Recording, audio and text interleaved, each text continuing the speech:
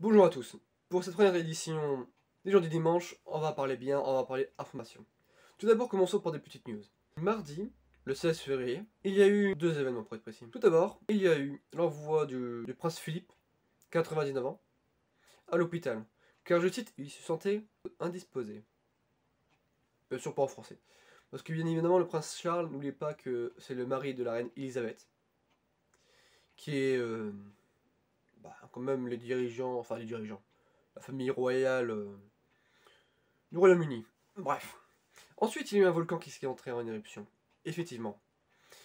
Il y a eu l'Etna, le volcan actif le plus grand d'Europe. Oui, il est rentré en éruption.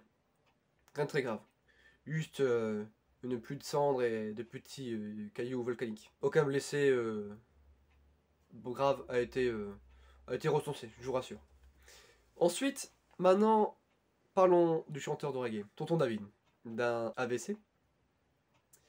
Il est connu pour un titre assez important en France, bien évidemment, qui a marqué des générations.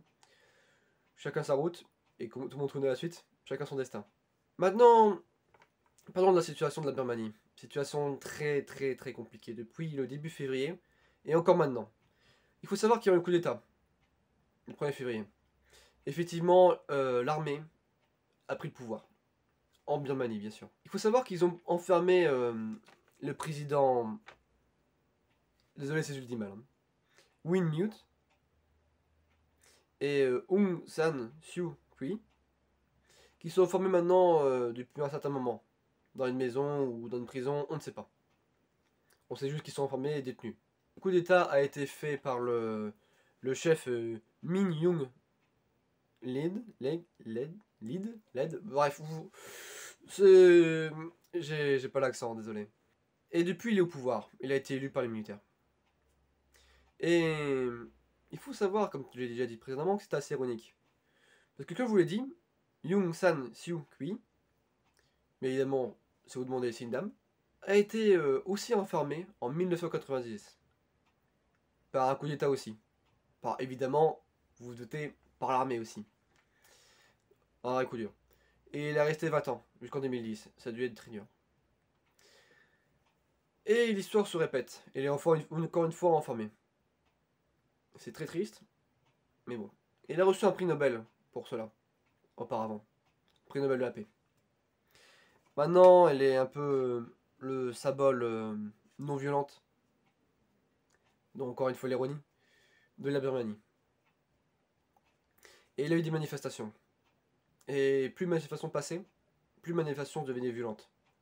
L'armée qui est de plus en plus violente envers les manifestants, qui quelquefois manifestent non violemment.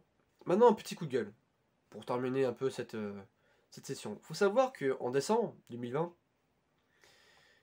au Brésil, la députée Isana Pena a été agressée sexuellement. Et ça a été filmé.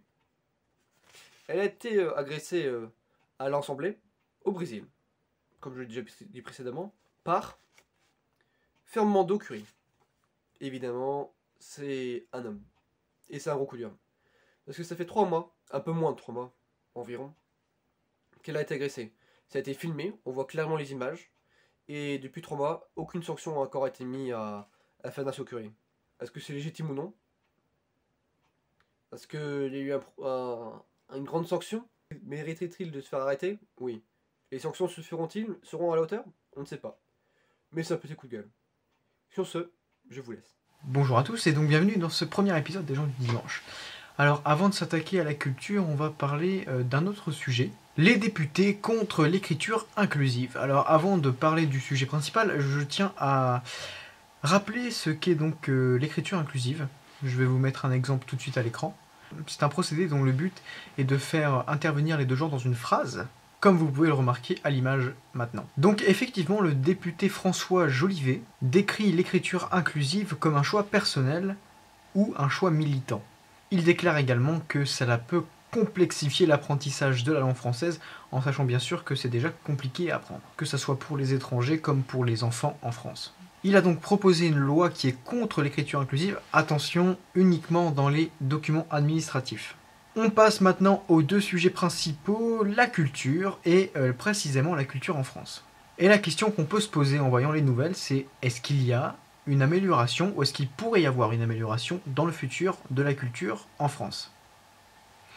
Effectivement, puisque la première nouvelle nous vient tout droit de Bordeaux qui veut tester un protocole permettant potentiellement de réouvrir les musées et fonctionnant par le procédé suivant, 10 mètres carrés par personne. Paris va également tester des concerts qui vont se passer debout à partir de mars-avril pour tester la propagation du virus. On peut donc remarquer une potentielle amélioration de la culture en France. Je l'espère, réouvrez les cinémas s'il vous plaît. Maintenant, la culture à l'international. Nous avons donc pu remarquer le 14 février la sortie de la bande-annonce du Zack Snyder Justice League, le Director's Cut de Justice League, sorti en 2017. On peut donc remarquer dans ce film un nouveau Joker, toujours interprété par un Jared Leto. Ça promet du lourd. En parlant de Justice League qui sortira donc en mars sur HBO Max, ce site de streaming sera donc disponible en France à la fin de l'année, là où il n'est disponible qu'aux États-Unis pour l'instant. Et pour terminer, il va y avoir une nouvelle sortie sur Disney+ le 23 février, Star, qui réunira donc non seulement des séries mais également beaucoup de films qui visent un public plus âgé que des enfants ou simplement la famille. On peut citer par exemple Le Crime de l'Orient Express, Black Swan ou encore Deadpool. Merci d'avoir suivi ce premier épisode des gens du dimanche. Nous vous disons à la semaine prochaine. Au revoir.